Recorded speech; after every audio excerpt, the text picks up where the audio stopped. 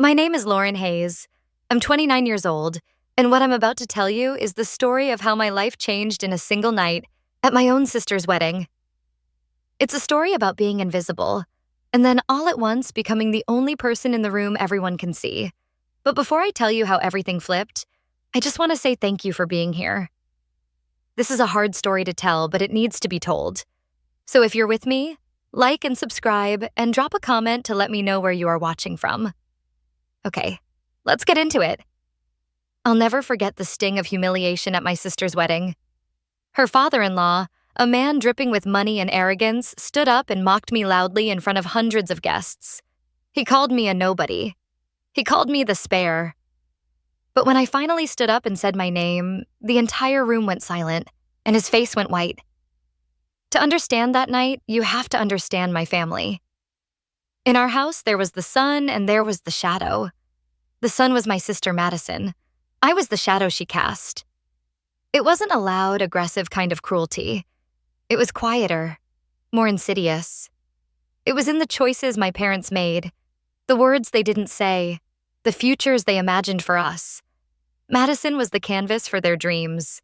I was the sturdy, forgotten easel holding it all up. I remember my 16th birthday like it was yesterday. For months, Madison, who was already 16, had been zipping around town in her birthday present. A bright red convertible my dad had proudly parked in the driveway with a giant bow on it. He'd filmed the whole thing, my mom crying happy tears as Madison screamed with joy. "She deserves the world," my dad had said, his voice thick with emotion. My birthday was a quieter affair. My mom baked a cake from a box and we ate it at the kitchen table. Afterward, my dad slid a thin envelope across the table. It wasn't a car key. It was a city bus pass. "Happy birthday, Lauren," he said, avoiding my eyes. "We think it's important for you to learn the value of $1. Responsibility is a great gift."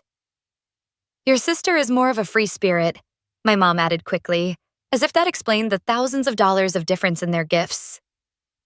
"You've always been our practical one. So grounded, practical, responsible." These weren't compliments. They were labels that gave them permission to invest less in me. Less time, less money, less emotion. I stared at the bus pass in my hand. I remember tracing the laminated edges with my thumb, the hard plastic feeling cold and final. I didn't cry. I just nodded and said, "Thank you." It was easier than arguing. It was always easier to be the quiet one. That night, I heard them talking in their bedroom. Their door was ajar, and their voices carried down the hall. "Do you think she's upset?" my mom whispered. "She's fine," my dad replied, his voice dismissive. "It's Lauren, she's tough. Besides, we can't afford another car. Not with Madison's art camp this summer." I went back to my room and closed the door. I wasn't tough. I was just good at pretending to be. I had learned early on that my needs were secondary, my feelings an inconvenience. That night, riding the bus home from my part-time job at the diner, I watched Madison drive by with her friends, the wind in their hair, their laughter lost to the night. I felt a familiar ache in my chest, a hollowness that I didn't have a name for yet. It was the feeling of being fundamentally less. This dynamic followed us to college. Madison chose a private, out-of-state art school with a price tag that made me dizzy. My parents didn't blink. They sat me down at that same kitchen table, spreadsheets and loan applications spread out before them. "It's an investment in her creativity," my dad explained, as if creativity could only be nurtured by ivy-covered walls and a massive endowment. "Madison has a gift." When it was my turn, a year later, the tone was different. I wanted to study finance and public administration at the state university. I had a clear plan, a path to a stable career. "That's wonderful, dear," my mom said, her smile thin. "And it's so great that you've been saving up from your job. State schools are very manageable." "We've done what we can for Madison," my dad added, folding his arms. "We're stretched a little thin. You understand, Lauren? You're the practical one." I understood perfectly. Their resources, financial and emotional, were finite, and Madison had used them all up. So I did it myself. I enrolled in community college first to save money. I worked 40 hours a week, waitressing on weekends and taking early morning shifts at a coffee shop before class. I took out my own loans. I studied in loud, crowded libraries and ate instant noodles in my tiny rented room. My parents never visited. They called sometimes, but the conversations were always the same. "How are you, honey?" my mom would ask. "I'm good. My midterms went well." "Oh, that's nice. You'll never guess what Madison did. She sold a painting at her university's art fair for $200. We just know she's going to be a famous artist one day." I would listen, murmur my congratulations, and hang up the phone feeling more alone than before. When I finally graduated, with a 4.0 GPA and a prestigious internship offer in Washington, D.C., I called them with the news. "That's great, Lauren," my dad said, his voice distant. I could hear the TV on in the background. "D.C., huh? Long way from home." There was no praise, no excitement. It was just a fact. I had moved a little further out of their orbit, becoming a little less their problem. The card they sent with $20 in it felt less like a gift and more like a final, dismissive transaction. Living in D.C. was a strange kind of freedom. For the first time, I wasn't Madison's sister. I was just Lauren Hayes. At work, I was respected. I was good at my job. I analyzed complex budgets for the Department of Defense. I made important decisions that had real-world consequences. I was meticulous, sharp, and reliable. I was valued. But every time I went home for a holiday, that feeling of competence evaporated the moment I walked through the door. I would step back into my role as the shadow. My job was some boring government thing. My life in D.C. was a shame she's so far away. Meanwhile, Madison, who had moved back home after graduation, was celebrated for designing the local garden club's newsletter. I loved my family. I did. But their love felt conditional, and the condition was that I had to stay in my assigned place. Quiet, practical, and always in the background. The news of Madison's engagement to Michael Donovan came as no surprise. The Donovans were the pinnacle of everything my parents aspired to. Richard Donovan was a titan of industry, a self-made man who had built Donovan Aerospace from the ground up. He was a pillar of the Nashville community. His wife was a society fixture, and their son Michael was handsome, charming, and on track to take over the family business. Madison had hit the jackpot. My mother went into a frenzy of planning. Our family home became a wedding headquarters. Swatches of fabric covered the dining table, and guest lists that were debated with the gravity of military campaigns. The budget was astronomical. No expense was spared. "The Donovans are used to a certain level of quality, Lauren," my mom told me during one of our brief phone calls. Her voice was a whirlwind of stress and excitement.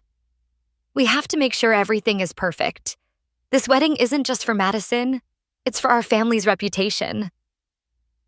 I was living hundreds of miles away in D.C., working long hours on a critical budget review. My life felt a world away from discussions about ice sculptures and floral arrangements. I was an afterthought in the wedding planning, and I knew I would be an afterthought at the wedding itself. The official invitation never came. Weeks after I knew the embossed cards had been mailed out to everyone else, my mailbox remained empty. I didn't ask about it. I was too proud, too tired of being disappointed. Finally, just 2 weeks before the wedding day, a flimsy business envelope arrived. My address was scribbled in my mother's hurried handwriting. Inside was the opulent invitation, thick and creamy, with gold leaf lettering. And stuck to the front was a small, bright yellow sticky note. It was the modern-day equivalent of being summoned by a Lord's messenger. "Lauren," it read, "Maddie really needs your help with the behind-the-scenes tasks on the big day. Making sure the gift bags are set up, coordinating with the florist, etc. See you then." I stared at the note. Not, "We'd be honored to have you celebrate with us." Not, "We can't imagine this day without you." Just a list of chores. I wasn't being invited as the sister of the bride. I was being hired as unpaid help. Something inside me, a small, weary part of my soul, just sighed. Of course. This was my role. The practical one. The responsible one. The one who gets things done while the beautiful people celebrate. I almost didn't go. I drafted the text a dozen times. So sorry, a huge project just came up at work, can't get away. It would have been so easy. But I knew if I didn't go, I would be branded as jealous and petty. I would be the difficult one who tried to ruin her sister's perfect day. So I booked my flight, requested the time off work, and packed a simple, elegant dress that I knew would be perfectly appropriate and completely unnoticeable. I would go. I would do my tasks. I would smile and fade into the wallpaper. It was the path of least resistance, the one I had walked my whole life. The day of the wedding was a blur of organized chaos. The estate was breathtaking, a sprawling mansion surrounded by perfectly manicured gardens. It felt like a movie set. I arrived early, as instructed, and found my mother in a state of high alert, a headset on like a general commanding troops. "Lauren, thank God you're here," she said, not even looking at me. She handed me a clipboard. "The gift bags aren't in the right suites. The calligrapher misspelled 2 of the names on the place cards, and the string quartet is threatening to leave if we don't get them chilled water. Handle it." She rushed off before I could even say hello. I looked down at the clipboard. It was my script for the day. For the next few hours, I was a ghost in a nice dress, scurrying through hallways, speaking in hushed tones to caterers and staff. I fixed the place cards with a gold pen I found in my purse. I smoothed over the string quartet's ruffled feathers.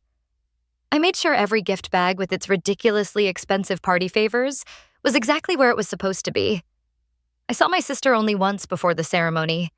She was in the bridal suite, surrounded by a flock of bridesmaids, all sipping champagne. She looked radiant, a princess in her $10,000 gown. "Lauren," she squealed when she saw me. "Is everything okay out there? Mom's going crazy."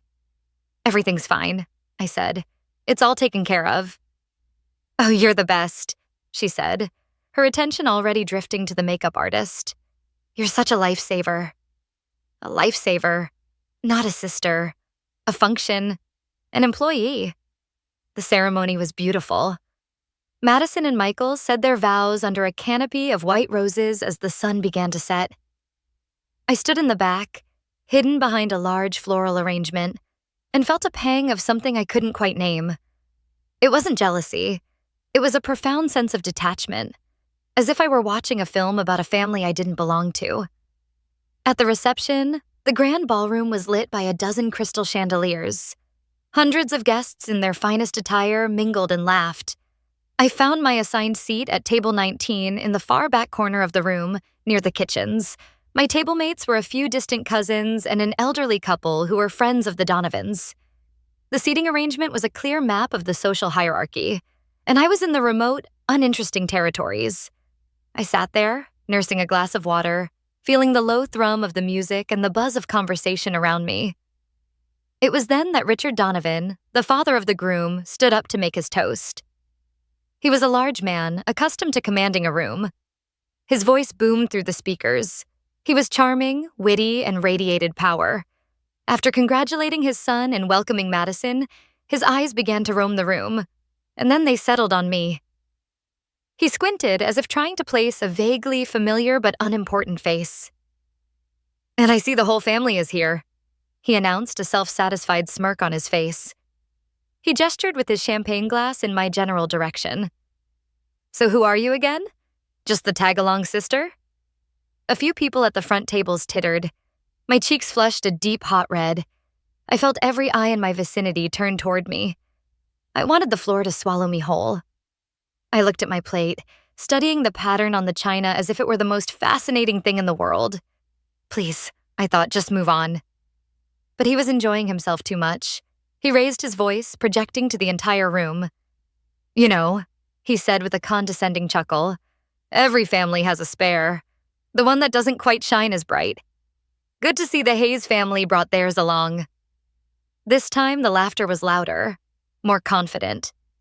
It echoed in the vast ballroom. I risked a look at the head table. My father was examining his fork. My mother was smiling a pained plastic smile, her gaze fixed on Madison. They were silent.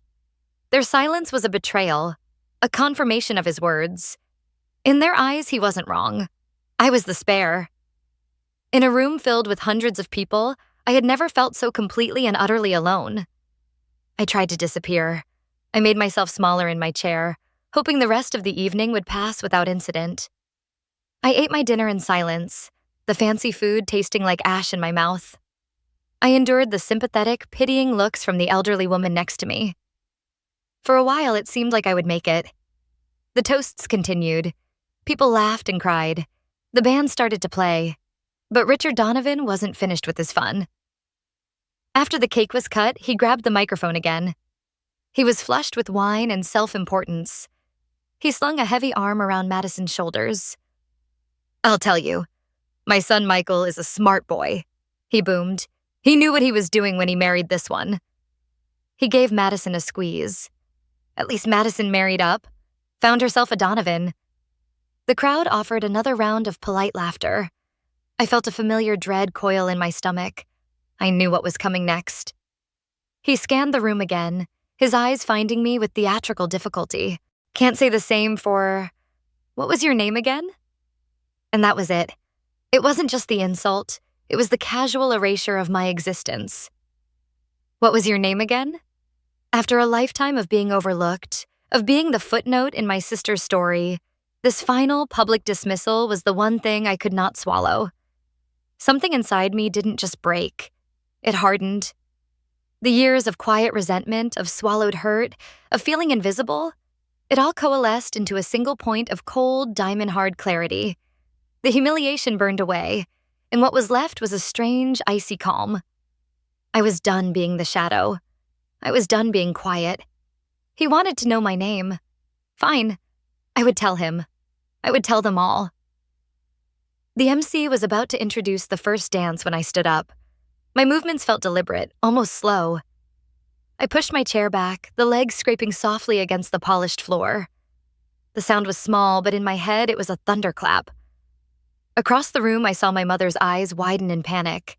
She gave me the slightest shake of her head, a frantic, silent plea. "Don't, Lauren. Don't ruin this for your sister." But this wasn't about my sister anymore. This was about me.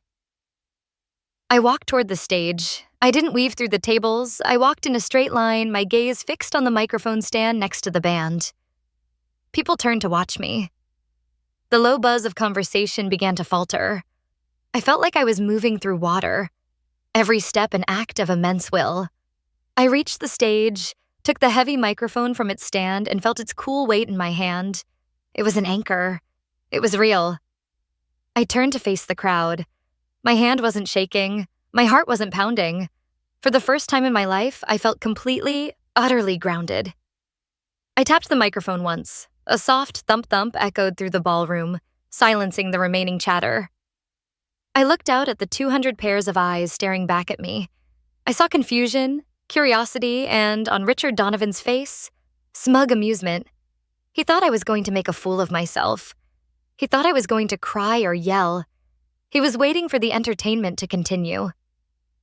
I drew a slow, steadying breath. "Good evening, everyone," I said. My voice didn't waver. It was clear and calm, amplified to fill every corner of the vast room.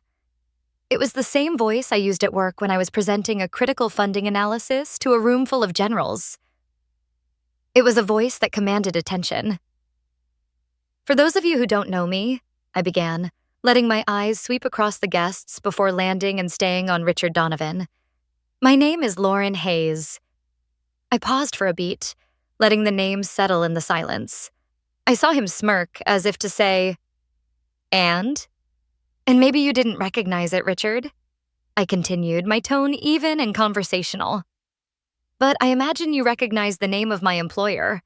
I work for the United States Department of Defense." I saw a flicker of something in his eyes. He was a defense contractor. This was his world. "Specifically," I went on, each word chosen with precision, "I'm a senior funding analyst. My department oversees the allocation of federal funds for major aerospace and defense projects. Projects like the ones your company, Donovan Aerospace, brags about in its annual reports. The big ones, the ones that keep your company afloat." The smirk was gone now, replaced by a look of focused, confused attention. He was leaning forward slightly. The room was so quiet I could hear the hum of the air conditioning. I took one final small breath and delivered the killing blow. I sign off on those contracts, Richard. I'm the lead analyst on the Donovan Aerospace account. I am your firm's funding source. Silence. It wasn't a normal silence. It was a vacuum. A thick, heavy, absolute void where all the air and sound in the room had ceased to exist. Richard Donovan's face was a slow-motion car crash. The smugness collapsed first, replaced by disbelief. His brow furrowed as his wine-soaked brain processed my words. Then came the flicker of recognition, the dawning horror as he connected the dots. The color drained from his face, leaving behind a clammy, grayish-white pallor. His jaw went slack. His eyes, which had been so full of mockery just moments before, were now wide with pure, unadulterated panic. He looked like he had been physically struck. I tore my gaze from him and looked at the head table. Madison's perfectly manicured hand was clamped over her mouth, her eyes huge. Michael, her new husband, was staring at me, then at his father, a look of grim understanding hardening his features. And my parents, oh my parents, they were statues. My father's face was ashen, his mouth slightly agape. My mother looked like she had seen a ghost. They had spent 3 decades dismissing my life, my career, my very essence as practical and ordinary. They had never once asked for the details of my boring government job. The realization of who I was, of the power I quietly wielded, was hitting them with the force of a physical blow. They hadn't just underestimated me. They had been willfully blind. A whisper started at a nearby table. Did she say she's their funding source? My God, another voice replied, louder this time. She's the Lauren Hayes, the one who holds the purse strings for the entire JD7 program? The whispers spread like lightning, a wave of shock and frantic murmurs rippling through the ballroom. The social currency of the entire evening had just been reevaluated. The spare sister, the nobody from the back table, was, in this room, the most powerful person there. And everyone, in a sudden brutal rush, now knew it. Richard Donovan tried to recover. He cleared his throat, his hand shaking as he raised his champagne glass. Well now, he stammered, trying to force a laugh that came out as a strangled cough. I was just having a little fun, of course. A family joke. His voice trailed off. No one was laughing. No one was even looking at him anymore. All eyes were on me. His power, so effortlessly wielded just minutes before, had vanished. He was just a loud, foolish old man who had made a catastrophic mistake. I looked at Michael, the groom. He wasn't looking at me. He was glaring at his father with an expression of cold, undiluted fury. I saw him lean over and say something harsh and low into Richard's ear. Richard flinched as if he'd been slapped. I turned my attention back to the microphone, ignoring the chaos I had unleashed. My task was not yet complete. I raised my water glass. I wish my sister and her new husband a lifetime of happiness, I said, my voice cutting through the tense atmosphere with its continued calm. Congratulations, Madison. I placed the microphone back in its stand with a decisive click. Then I walked back to my table, my posture straight, my steps unhurried. The path cleared for me as if by magic. I sat down, took a deliberate sip of my water, and picked up my clutch from the table. I didn't need to stay for the fallout. The point had been made. My parents were still frozen, staring at their half-eaten dinners as if the answers were written in the sauce. They wouldn't look at me. They were trapped between a lifetime of dismissing me and the fresh, shocking humiliation of realizing how wrong they had been. Their silence was no longer a weapon used against me. It was their prison. I didn't need to gloat. I didn't want apologies. I just wanted to leave. I stood up from my chair at table 19, and the elderly woman who had given me pitying looks earlier now looked at me with something akin to awe. I walked toward the grand exit of the ballroom. I didn't look back. I could feel the weight of hundreds of pairs of eyes on me, but it was a different kind of attention now. It wasn't dismissive or pitying. It was respectful. It was fearful. The cool Tennessee night air felt like a benediction on my hot skin. I handed my valet ticket to the young man, who seemed to recognize me from the commotion and looked at me with wide eyes. As I waited for my rental car, my phone began to buzz in my purse. A text from my mother. "What have you done?" I didn't open it. The car pulled up and I got in, the leather seat cool against my dress.